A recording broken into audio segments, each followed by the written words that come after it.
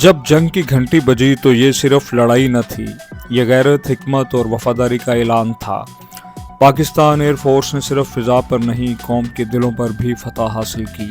हर airbase जाग रहा था, हर कंट्रोल रूम गूंज रहा था। नक्शा, रेडार और हुक्म सब एक नुक्ते पर मरकूज थे।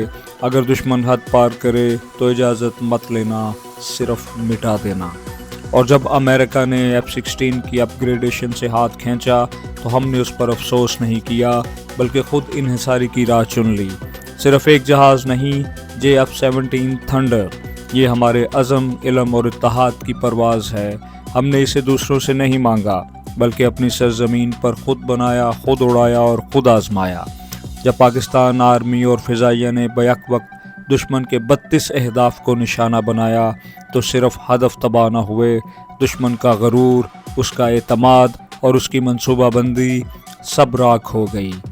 लेकिन ये जंग सिर्फ बारूद की न थी, ये साइबर महाज पर भी एक तारीखी वॉर थी।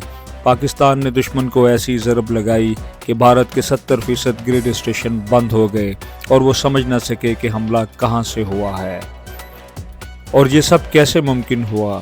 क्योंकि हमारे पायलट जब जेट में बैठते हैं तो उनके साथ सिर्फ कंट्रोल्स नहीं होते, बल्कि कौम की दुआएं, शहदा की अमानत और ईमान की रोशनी होती है। दुनिया